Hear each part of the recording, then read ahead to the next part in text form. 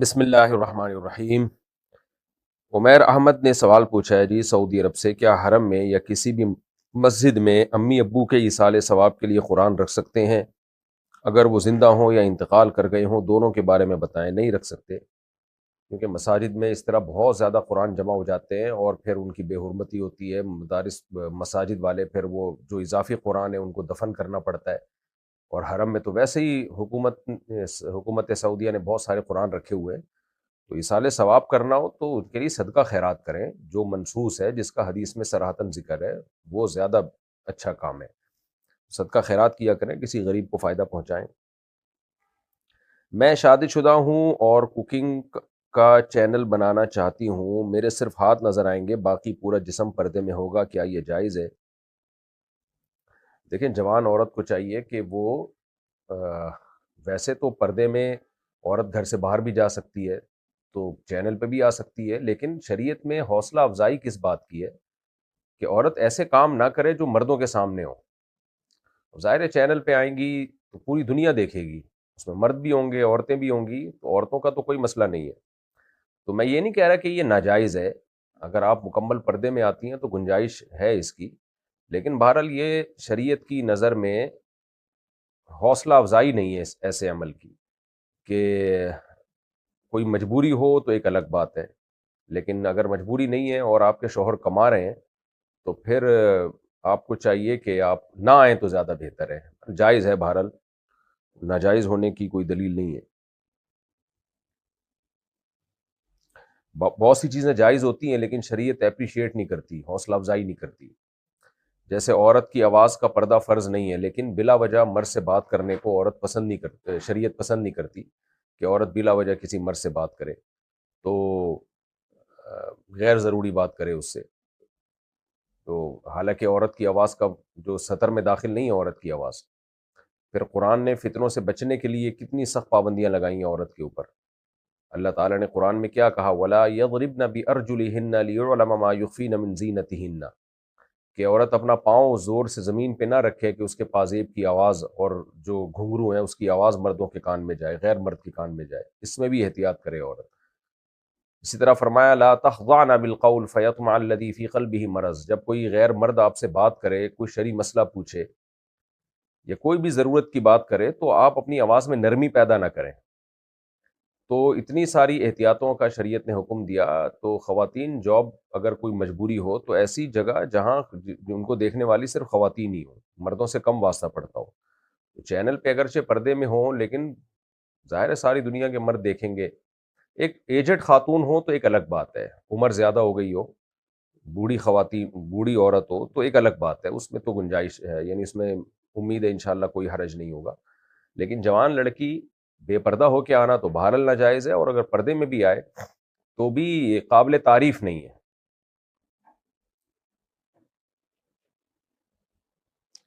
اچھا، ایک شخص نے اپنی بیوی کو طلاق دی اور فوراً اسی وقت اس کی بہن سے کورٹ میرج کر لی، کیا ان کا نکاح ہو گیا؟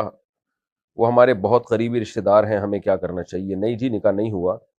بیوی کو طلاق دی اور اس کی بہن سے شادی کی، تو جب تک اس طلاق یافتہ کی عدت پوری نہ ہو جائے اس کی بہن سے شادی نہیں کر سکتے۔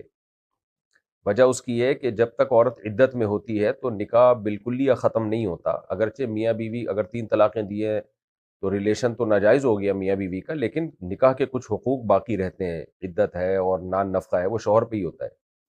تو ہر جہت سے نکاح ختم نہیں ہو جاتا، لہذا اسی دوران اگر اس نے اس کی بہن سے نکاح کر لیا تو یہ ایسے ہی ہے جیسے 2 بہنوں کو نکاح میں آپ نے جمع کر لیا، یہ جائز نہیں ہے، 2 بہنوں سے ایک وقت میں نکاح نہیں ہوتا۔ تو عدت کے دوران بھی نکاح کے کچھ احکام چونکہ باقی رہتے ہیں، لہذا جب تک اس بہن کی عدت پوری نہیں ہوتی دوسری بہن سے نکاح اگر کرے گا تو یہ نکاح کالعدم ہوگا۔ تو ان صاحب کو چاہیے کہ فوراً علیحدگی اختیار کریں، اور جب ان کی پہلی بیوی کی عدت پوری ہو جائے پھر چاہیں تو نکاح کر سکتے ہیں۔ باقی ایسا کیا کیوں ہے انہوں نے؟ تو ایک بہن کو طلاق دے کے دوسری بہن سے نکاح کرنا، اس کی کوئی معقول ریزن اگر نہیں تھی تو یہ چیز قطع رحمی میں آتی ہے۔ سالیوں سے آج کل پردہ ہوتا نہیں ہے، عاشق ہو جاتے ہیں پھر اپنی بیوی کا گھر اجاڑ دیتے ہیں، یہ بہت غیر اخلاقی حرکت ہے۔ یہ بے پردگی کے عذاب ہیں ہماری سوسائٹی میں۔ شریعت نے حکم دیا ہے سالی کو کہ وہ بہنوئی سے پردہ کرے، آج کل پردہ نہیں ہوتا، بے تکلفیاں ہوتی ہیں، بہنوں کے گھر اجڑتے ہیں، اگر طلاق نہ دیں تو پھر ویسے ہی ناجائز ریلیشن قائم ہونا شروع ہو جاتے ہیں۔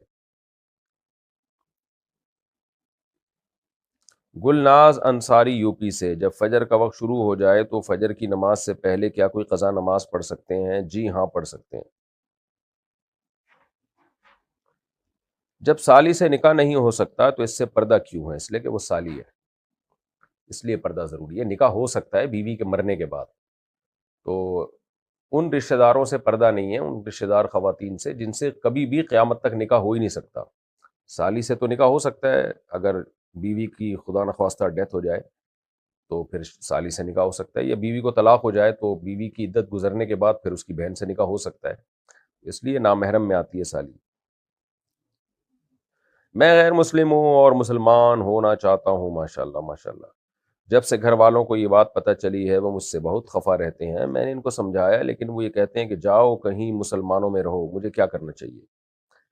کیا جا کر کسی دوسرے شہر میں مسلم کمیونٹی میں رہنا چاہیے؟ دیکھیں، اگر ناراض نہ ہو رشتہ دار اسلام قبول کرنے پر تو پھر تو سارے آدھے سے زیادہ غیر مسلم مسلمان ہو جائیں، وہ اسی چکر میں نہیں ہوتے کہ خاندان چھوڑنا پڑے گا، پریوار چھوڑنا پڑے گا، رشتہ دار ناراض ہوں گے۔ تو ایسے موقع پہ دیکھنا یہ چاہیے کہ جس نے پیدا کیا ہے اس کا حق زیادہ ہے یا رشتہ داروں کا حق زیادہ ہے؟ جس خدا نے ہمیں بنایا ہے، جس اللہ نے ہمیں بنایا ہے، جو کریٹر ہے، خالق ہے، اس کا دین برحق تو اسلام ہے۔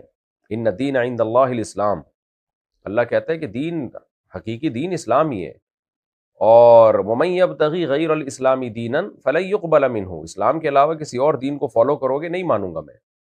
اور ویسے بھی عقل استعمال کی جائے، اسلام کو آپ دوسرے مذہبوں سے کمپیئر کریں گے تو اسلام کا پلڑا بھاری رہے گا، اور صاف ستھری تعلیمات ہیں، ایک خدا کو ماننا، طہارت، صفائی، رشتہ داری جوڑنا۔ اگر آپ اسلام قبول کرتے ہیں تو بھی اسلام آپ کو حکم دیتا ہے آپ اپنے غیر مسلم رشتہ داروں سے اچھا سلوک کریں، والدین سے اچھا سلوک کریں۔ تو انسانیت اور رشتہ داری جوڑنا، یہ تو اسلام اس میں سپیریئر ہے۔ تو اللہ کہتا ہے اگر کسی نے مجھے خوش کرنا ہے تو اس کے پاس اسلام کے علاوہ کوئی آپشن نہیں ہے۔ تو میرا مقصد دوسرے مذاہب کی توہین یا ان کا مذاق اڑانا نہیں ہے، لیکن مقصد صرف یہ بتانا ہے کہ اللہ کے دین جو ہے اگر کسی نے فالو کرنا ہے، عقل بھی یہی کہتی ہے کہ وہ اسلام ہی ہے۔ توحید ہے، طہارت ہے، نمازیں ہیں، عبادت ہے، حج ہے، زکوٰۃ ہے، صدقات و خیرات ہیں، رشتہ داری جوڑنا ہے، معاہدوں کی پابندی ہے، یہ ساری چیزیں اسلام کی تعلیمات میں شامل ہیں۔ 5 ارکان ہیں، یہ 5 ارکان دنیا میں کسی مذہب کے پاس نہیں ہے: نماز، زکوٰۃ، روزہ، حج اور کلمہ توحید۔ یہ کتنے، یہی ایک 5 چیزیں ہی اسلام کی حقانیت کے لیے کافی ہیں۔ تو ضرب اللہ مثلا رجلا فیہ شرکاء متشاکسون ورجلا سلما لرجل، اللہ کہتے ہیں بتاؤ کسی کا ایک خدا ہو، ایک مولا ہو، ایک آقا ہو، وہ زیادہ خوش ہوگا یا 20 خداؤں؟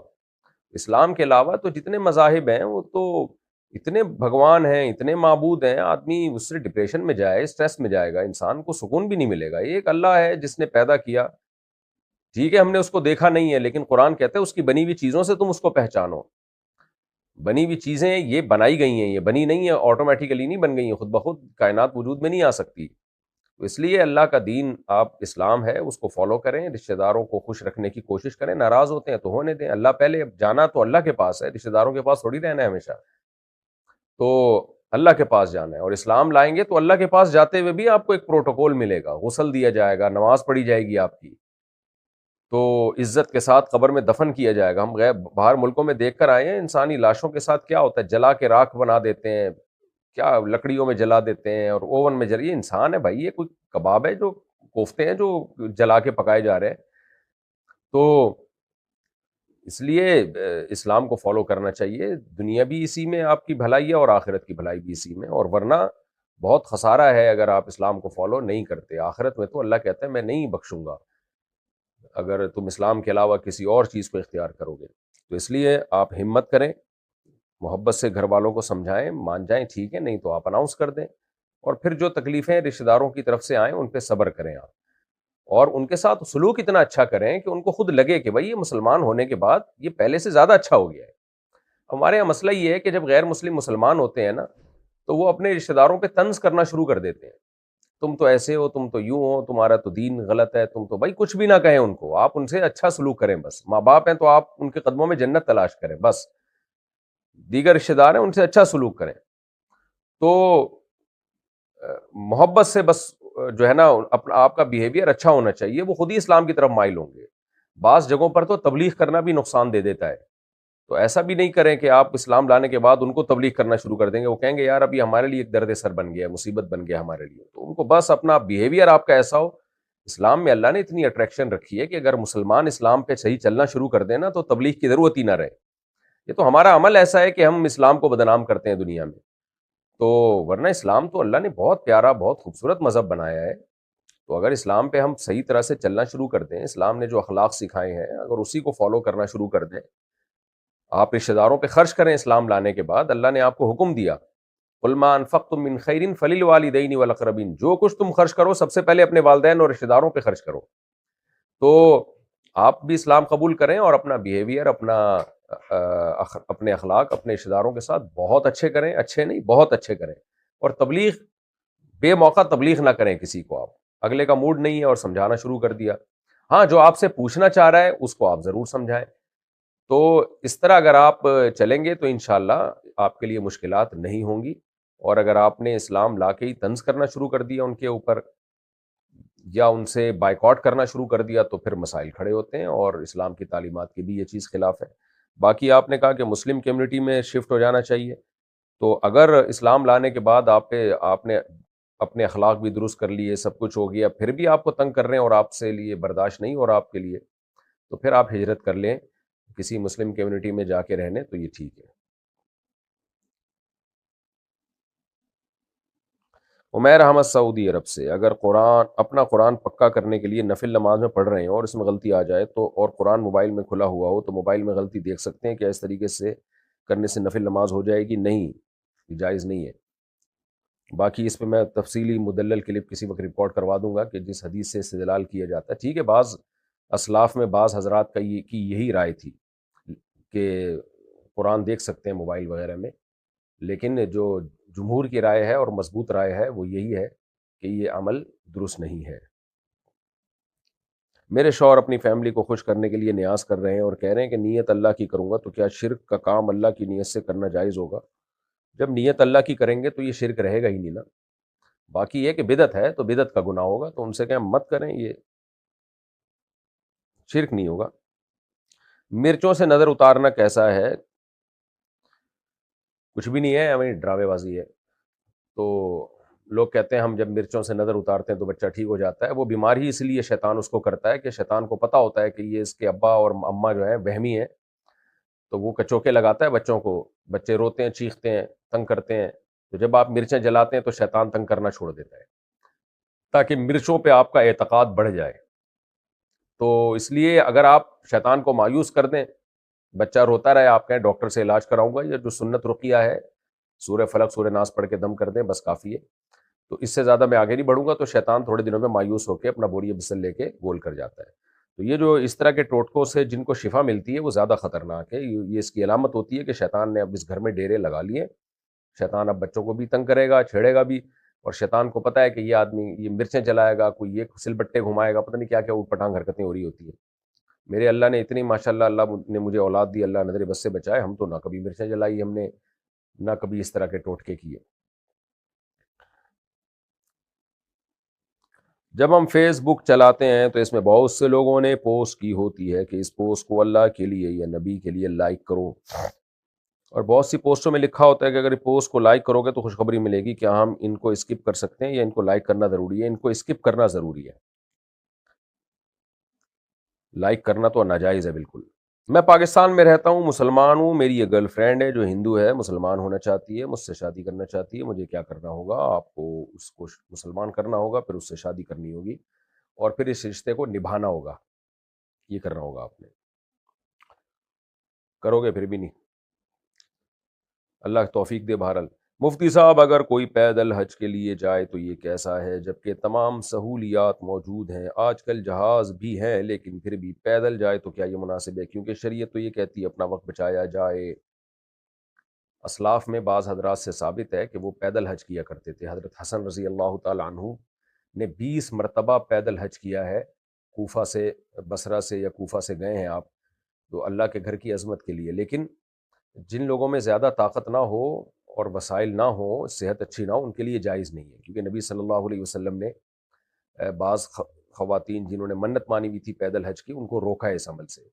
تو ہر ایک کی صحت دوسرے سے مختلف ہوتی ہے، ہر ایک کے پاس وسائل مختلف ہوتے ہیں، وقت کا بھی مسئلہ ہوتا ہے، ہر ایک کے پاس وقت ایک جیسا نہیں ہوتا، وقت میں برکت کا بھی مسئلہ ہوتا ہے۔ یہ اب جو اسلاف تھے ان کے وقتوں میں تو اللہ نے بہت برکتیں دی تھیں، تو اس لیے شرعاً جائز ہے اگر کسی میں طاقت ہے، قوت ہے۔ اور باقی جب تک کسی شخص کے شخصی حالات کو نہ دیکھا جائے اس وقت تک فتویٰ نہیں دیا جا سکتا۔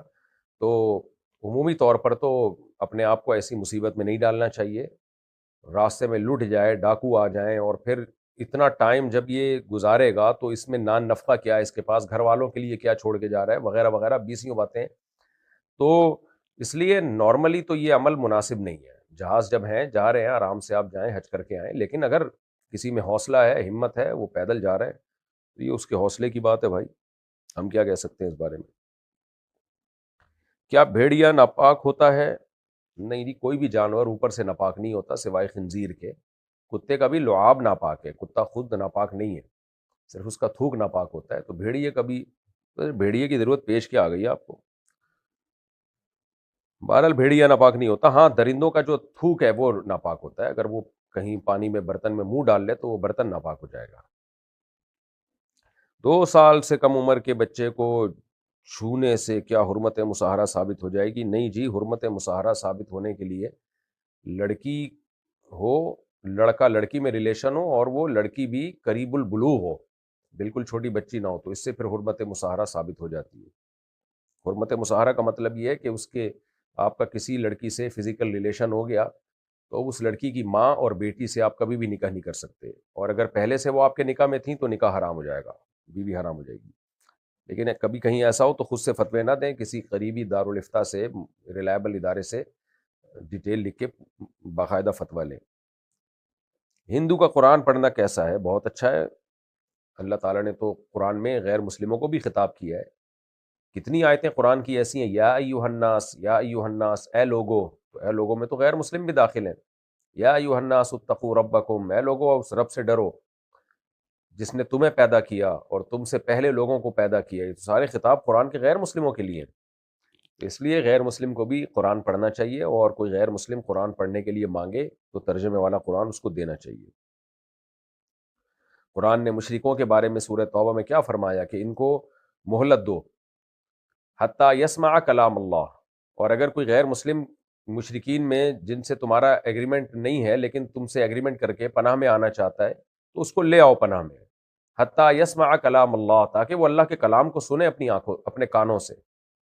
اور کیونکہ ان میں بہت سے لوگ ہیں جن کو قرآن کا پتہ ہی نہیں کہ کیا لکھا ہوا ہے اس میں، اس لیے غیر مسلم کو تو قرآن سنانا بھی چاہیے، اس کو سننا بھی چاہیے، اس کو پڑھنا بھی چاہیے، تحقیق تو کرے وہ۔ مفتی صاحب، جیسے حدیث میں عورت کے بارے میں آتا ہے کہ جو عورت دوسروں کو اپنی طرف مائل کرے اور دوسروں کی طرف مائل ہو جنت کی خوشبو بھی نہیں سونگے گی، تو ایسے مردوں کے بارے میں کیا حکم ہے؟ میرے جو شوہر ہیں وہ دوسری عورتوں کی طرف بہت مائل ہوتے ہیں، چھپ کر تصویریں بناتے ہیں، اور کبھی میری دوستوں کی تصویر پر لٹو ہو جاتے ہیں، سبحان اللہ۔ کبھی کسی کی بیوی کو بولتے ہیں کہ دنیا کی سب سے خوبصورت عورت ہے، ایسے مرد کے بارے میں کیا حکم ہے؟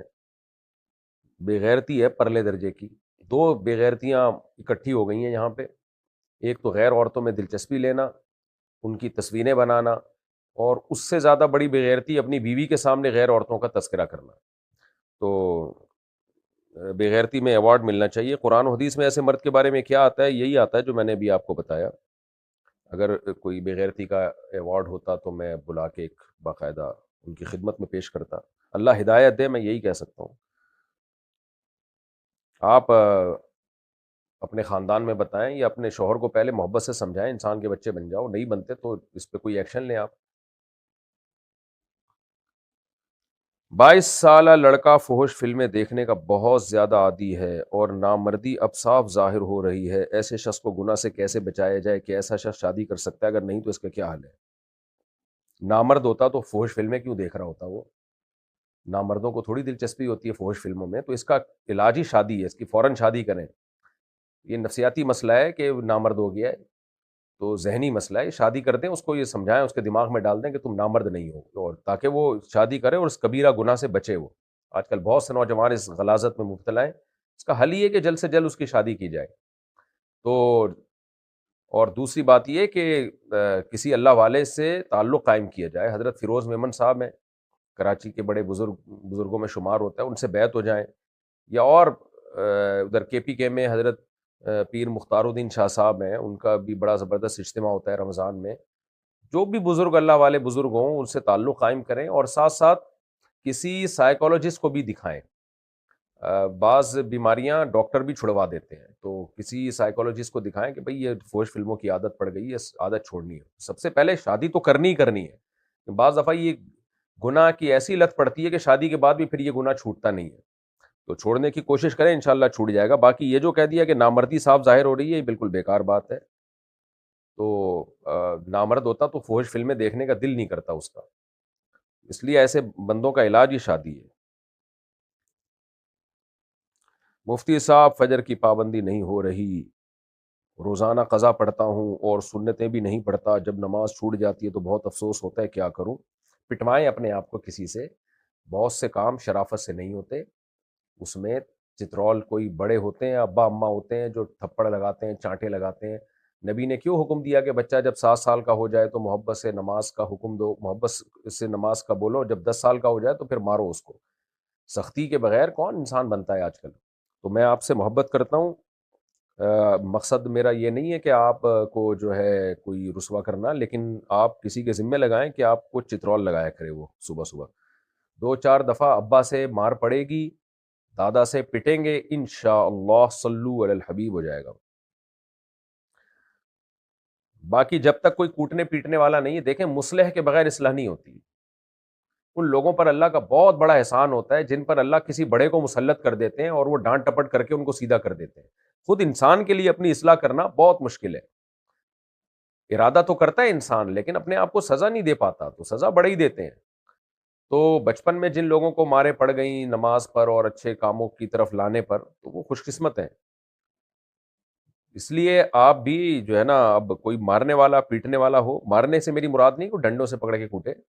مارنے کا مطلب یہ ہے کہ کوئی ڈانٹنے والا، کوئی سمجھانے والا ہو. اور جیسے ہمارے بچے اگر کبھی کوئی نہ اٹھ رہا ہو تو اسپرے رکھا ہوا ہے بوتل کا ہم نے پانی کا، وہ جا کے اس کے منہ پہ کرنا شروع کر دے تو وہ چڑچڑا ہو کے اٹھتا ہے، پھر وہ کر کے اڑ جاتا ہے. لیکن تو اسپرے والی بوتل ہے نا. کل میرا ایک بچہ نہیں اٹھ رہا تھا نماز کے لیے، تو دوسرے بھائی نے جا کے اسپرے کیا اس کے اوپر یوں یوں کر کے، تو ایسے یوں کر کے غصے میں اٹھائے. پھر جب مجھے دیکھا کہ میں کھڑا ہوا ہوں تو پھر چپ ہو گیا، کچھ بولا نہیں آگے سے. تو اور گیا تمیز سے، ماشاءاللہ اس نے نماز پڑھی ہے. صلو علی الحبیب. تو آپ کو بھی کسی کے ذمے لگائیں. اور یہ تو حدیث، اگر آپ شادی شدہ ہیں تو پھر بیوی کے ذمے لگائیں کہ وہ پانی کی چھینٹیں مارے آپ کے اوپر. یہ چیز بھی حدیث سے ثابت ہے. بہرحال جی، جب تک کوئی ایسا سزا دینے والا نہ ہو تو پھر اپنے آپ کو خود ہی سزا دیں. جس دن فجر چھوٹ جائے ناشتہ گیا. اب بولے ناشتہ اسی دن ہوگا جس دن فجر کی نماز جماعت سے پڑھوں گا. کیا عصر اور مغرب کے درمیان سونے سے دماغ کمزور ہوتا ہے؟ یہ کوئی سونے کا نیچرل ٹائم نہیں ہے.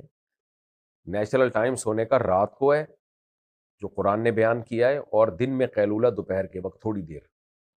تو اس کے علاوہ جو ٹائم ہے فجر کے بعد سونا یا عصر کے بعد سونا، یہ فطری ٹائم نہیں ہے. اس کی شریعت میں حوصلہ افزائی نہیں ہے. بہت سے اسلاف سے تو فجر کے بعد سونے کا ناپسند ہونا منقول ہے.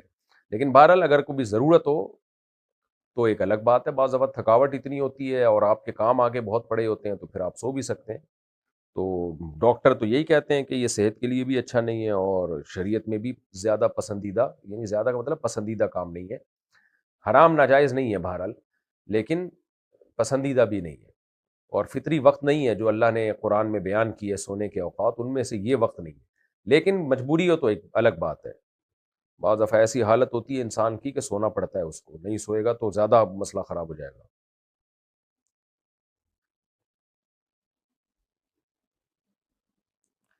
اچھا بھائی.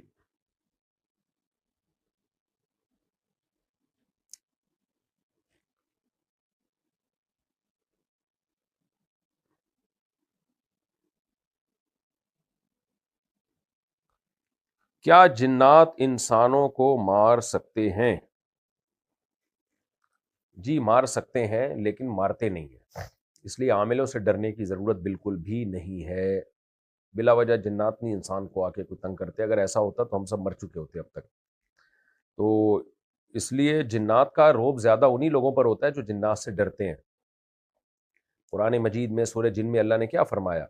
وَأَنَّهُ كَانَ رِجَالٌ مِّنَ الْإِنسِ يَعُوذُونَ بِرِجَالٍ مِّنَ الْجِنِّ فَزَادُوهُمْ رَهَقًا۔